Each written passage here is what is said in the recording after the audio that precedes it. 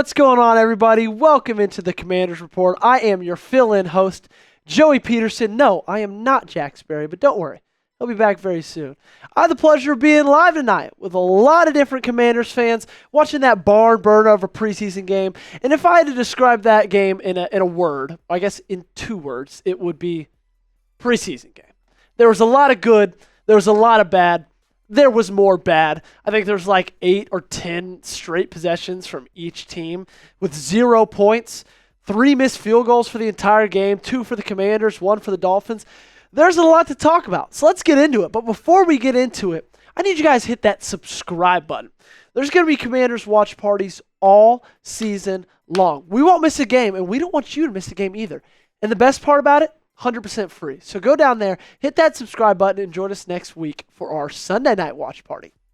So getting into my winners for tonight's game. Number 1, Jamin Davis.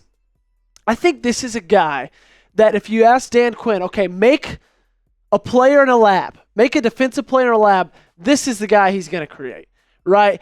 He got to use Micah Parsons with the Dallas Cowboys the last 3 years, and now he's going to get to use Jamin Davis for the Washington Commanders.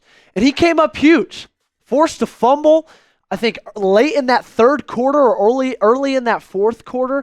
He made some plays, which is just all Commanders fans have been looking for from him so far in this preseason. You heard a lot about training camp. You heard a lot about how well Jamin Davis had been doing, but you wanted to see it. You wanted to see it for your own eyes. You were tired of hearing it from beat reporters and coaches and press conferences. You wanted to see it, and Jamin Davis gave us a chance to see it.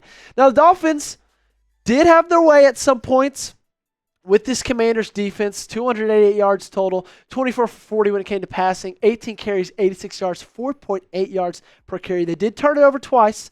Time of possession almost split between the two. But Jamin Davis, easily my first winner of today's game. Next winner, Jeff Driscoll. And Jeff Driscoll didn't have like a jump off the stat page game. I think just at the end of the day, Jeff Driscoll's a guy who can make things happen.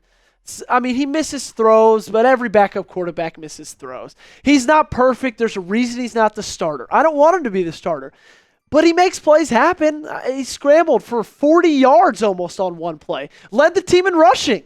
Led the entire team in rushing. Jeff Driscoll did. I think he was a winner tonight. I think tonight was a good game for him. I think it was better than last week against the Jets. I think he's got a little juice to him. I like it when he's in the game.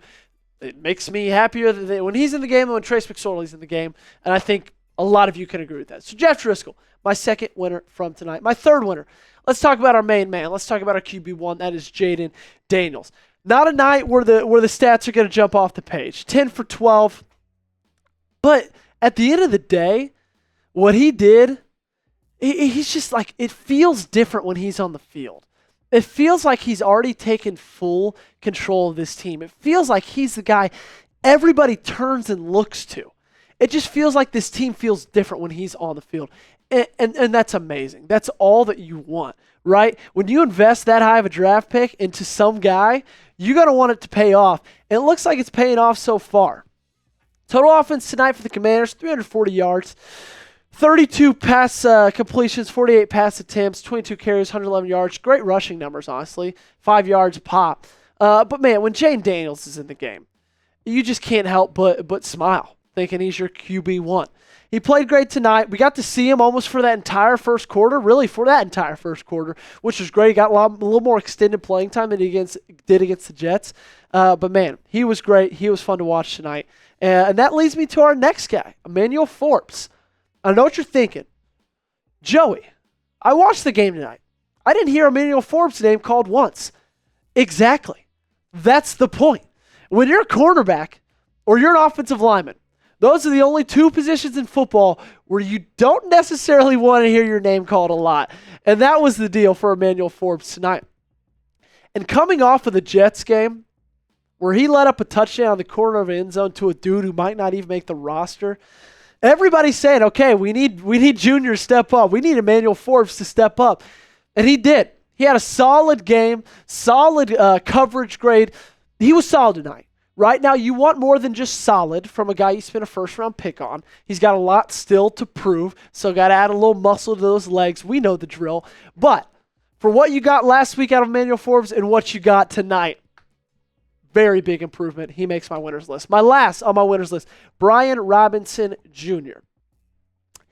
And the reason this is just because this offense, honestly, kind of the same way with Jayden Daniels, just looks so different when he's on the field. He's so much more dynamic than anybody else we got running the ball. And I think Austin Eckler's a good back. Not a huge Chris Rodriguez fan. I think Wylie looked good tonight. But Brian Robinson Jr., he's just without a shadow of a doubt, RB1 on this team.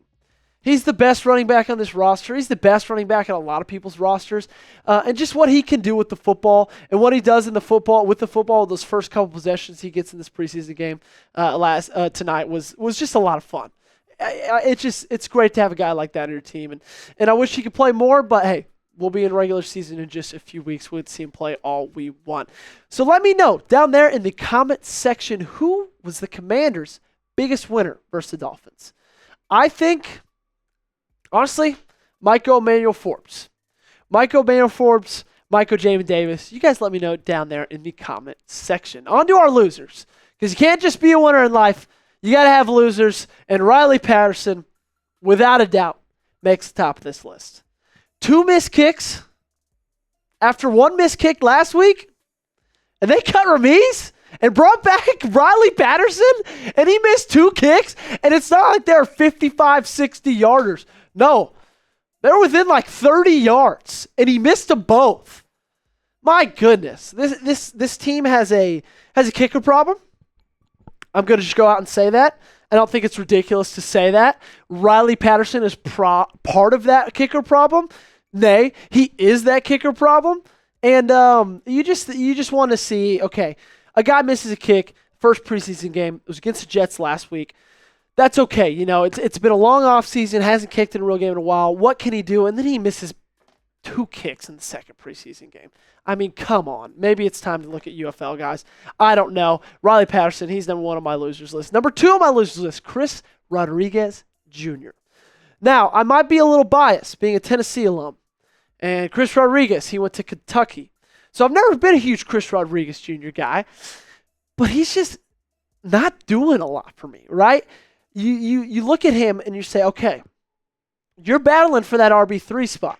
Because we know Brian Robinson Jr. is number 1. We know Austin Eckler's number 2. Him, Wylie, McNichols maybe even. You're battling for that RB3 spot. And he went in this game and got like 3 carries. After last game getting 6 carries and 0 yards. His workload's only decreasing as the preseason goes on. And as a guy who's trying to fight for a roster spot, that's never a good sign. Never a good sign. That's why Chris Rodriguez is my number 2 loser. My number 3 loser, Andrew Wylie.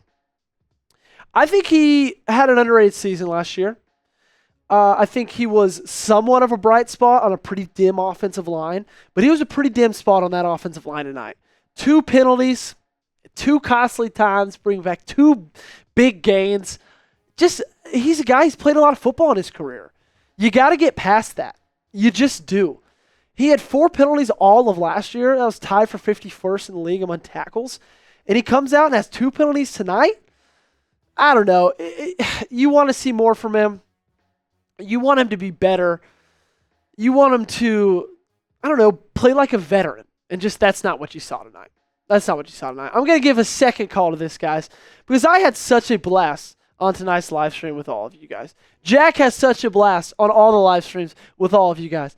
So hit that sub button. Join the most interactive Commanders channel on YouTube. The most interactive Commanders channel on YouTube. Stamp it in right now. Hit that subscribe button. Don't miss an episode. Don't miss a live stream. YouTube.com/WFTTV. Next on our losers list, Mitchell Tinsley. And if it weren't for that last final play, Mitchell Tinsley wouldn't be on this list. I think he played fine. He wouldn't have been on the winners list either, but he wouldn't have been on the losers list. But when it's 4th and 5, or 4th and goal from the 5, 10 seconds left, and the ball goes your way, you got to catch it. You just got to catch it. I know it wasn't the prettiest ball from Trace McSorley, but what can you expect? It's Trace McSorley, right? I know there's a song about him, throw it on a dime. He rarely does that anymore. Like he did it at Penn State maybe one year. Anyway, I digress. you had to adjust to it. But at the end of the day, Mitchell, the ball went right through your hands. And like my grandpa told me when I was 7 years old, Joey, if the ball hits you in your hands, you got to catch it. You're an NFL wide receiver. You can't be doing that, especially in that big of a moment in a game. And I get it. It's preseason. But still, it would have been a tie. These guys are fighting for their lives. These guys are fighting for jobs. Not a great play by Mitchell Tinsley tonight. And my last loser of the night is Martavis Bryant. I talked about this before the game. Martavis Bryant hasn't played a down of regular season football since 2018. That's a really long time. I was in high school the last time he played a down of regular season football. Now, I don't mean to date myself, but that's crazy. I was a senior in high school, and he comes in tonight. Everybody's excited. I get it. It's a big name. I was excited, too, at times with Martavis Bryant signings with my teams. But he comes in this game, gets thrown to a couple times, drops one. Yes, there may have been a little bit of pass interference, but still, for the most part, was pretty much a plain drop. And after all the kind of excitement going into the signing, okay, maybe he can fight for a spot. You know, he was dominant in Clemson. Yeah, he was dominant at Clemson, but when he was dominant in Clemson, Obama was in like his first administration. Martavis Bryant, it's time for you to give up on the NFL. It's time for the NFL to give up on you. I'm sorry. It's just your days are gone. And that's my point. So who is your biggest loser versus the Dolphins? I think mine's still going to be Riley Patterson. I think there's kind of without a question. I'd be surprised if they didn't bring in some kickers from tryouts this week. Don't quote me on that, but I'd be surprised. But let me know down there in the comment section. Thank you guys so much for tuning in today. Make sure you hit that subscribe button and don't miss an episode for the rest of the week. And of course, we'll be live again next Sunday.